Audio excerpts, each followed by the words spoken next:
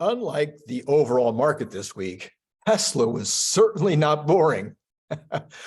And hopefully you haven't become totally bored with all the talk about Tesla earnings, because tomorrow morning I have a very special treat for you. And by the way, it could end up being in the afternoon, so don't hold me to that. But it's already, the interview's in the can. We just have to edit it. So either tomorrow morning, on Saturday morning, or Saturday afternoon, we have Dillon Loomis, electrified, is going to be on the show, and he's going to give you his takes, and I guarantee you they're not the same as what you've been hearing anywhere else. Now, this is the time when you hit like, if you like these Friday night financial reports where we talk about all good things Tesla and also talk about the market and what happened last week, and then hit subscribe and notify so that you can get notified about Dillon tomorrow. And we also have more of the science boys coming to talk about Optimus.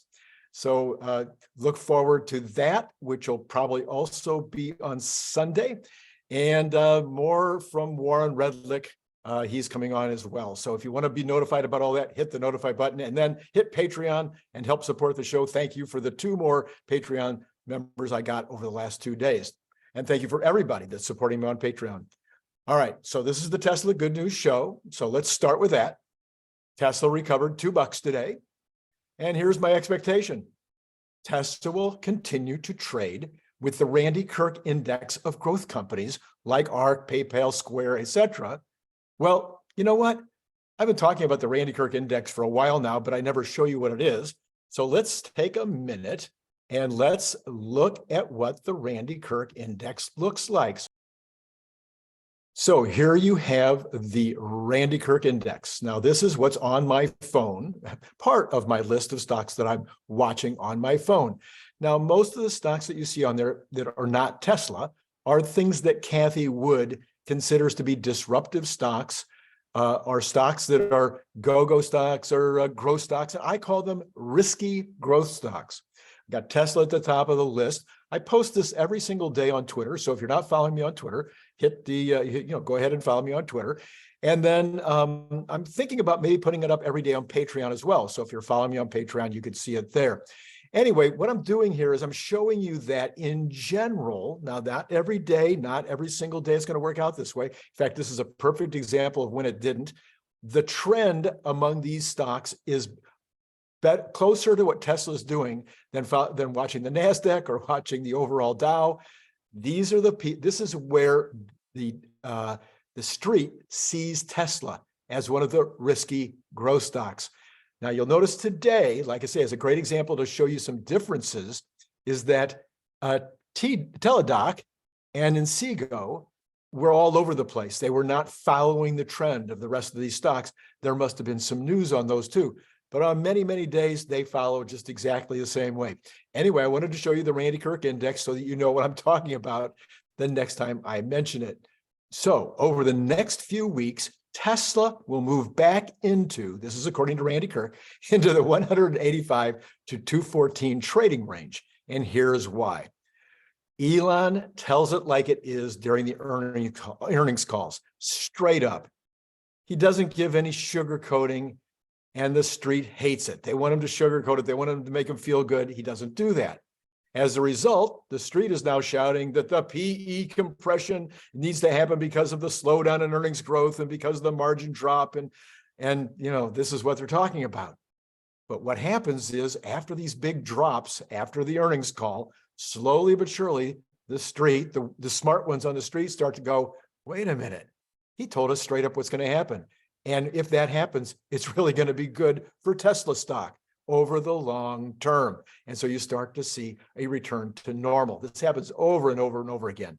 So they recognize that what Elon is saying is that you want to invest your assets in the future. You don't want to just have them sitting there idle. Tesla invests $8 billion a year in building plants and creating new equipment and putting in new approaches to get their costs down. Well, one of those ways to get your costs down is to ramp up your total production. The more you ramp up, the more your costs go down, the better you get at it, et cetera, et cetera. And so if you keep on ramping, even in a recessionary or a rough year, then you're going to be getting your costs down. So you're investing right now by managing your fleet, getting lots and lots of cars into your fleet, that's going to be good long term. Of course, there's all the other benefits that Elon mentioned, but they don't like to hear that you're going to make money on the cars later, even though that's how all auto companies have done it forever, because they know that Teslas don't break down. They don't need those parts like other auto companies get the advantage of. But there will be over-the-air updates that may cost money. That's a great place that they're going to earn money in the future. And they're going to earn potentially huge amounts of money from full self-driving and or robotaxis. So they'll start to get it. The truth will start to ring true, and the stock will just kind of rise up. Now, I'm taking my $300 projection off the table for the second, from now to the second quarter.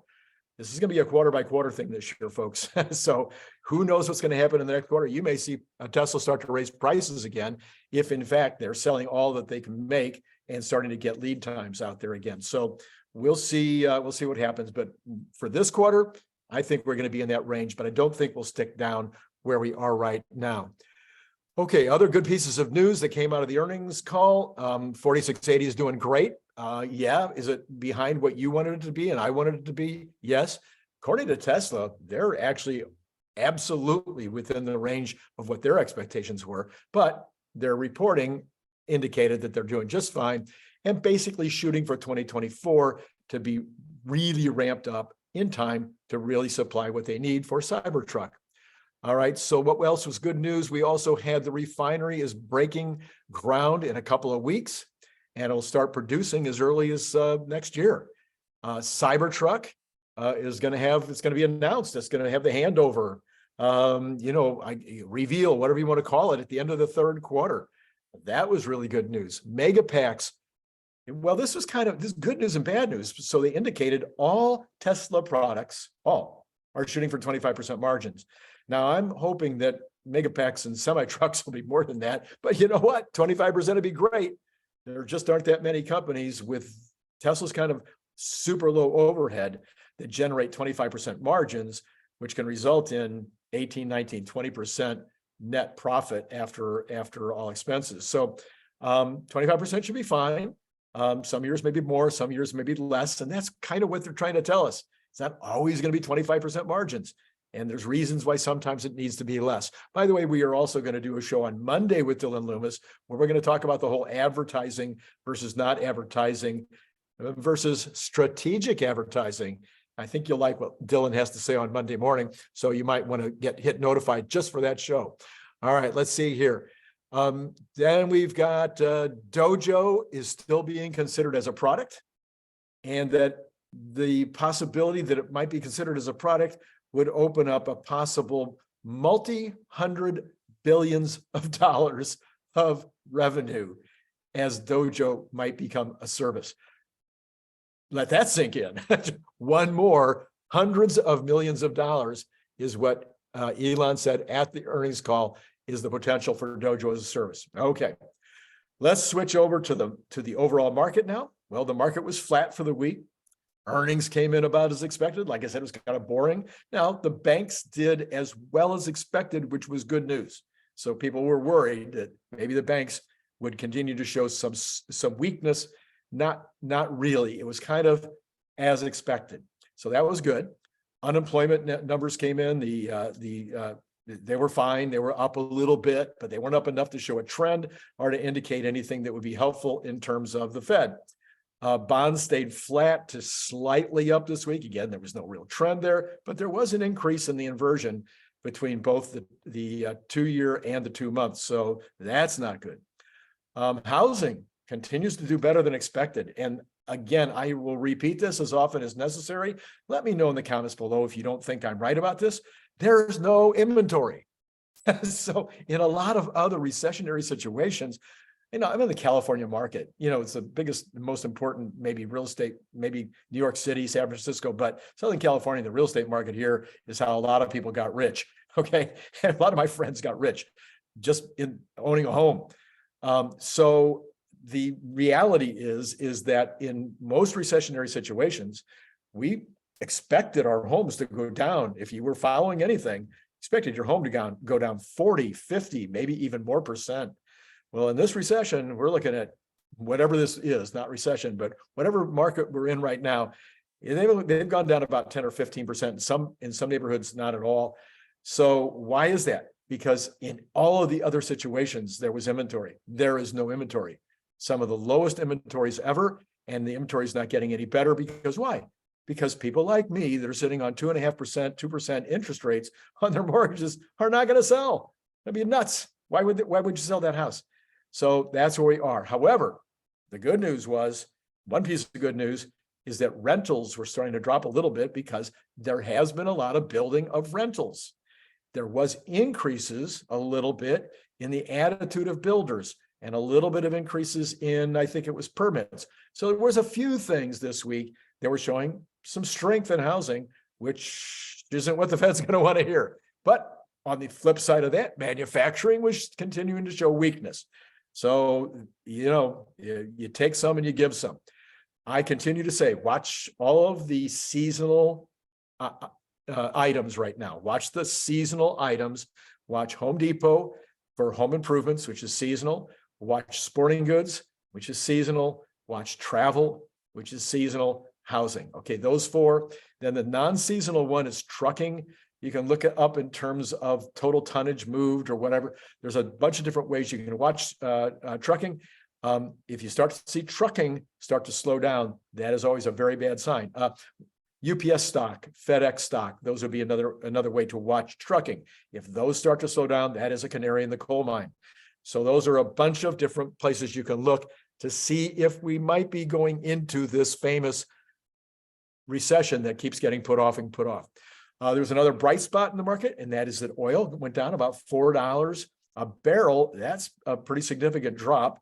And we need the commodities to keep dropping. That's going to be, I think that could offset the Fed's concerns that unemployment is not going down.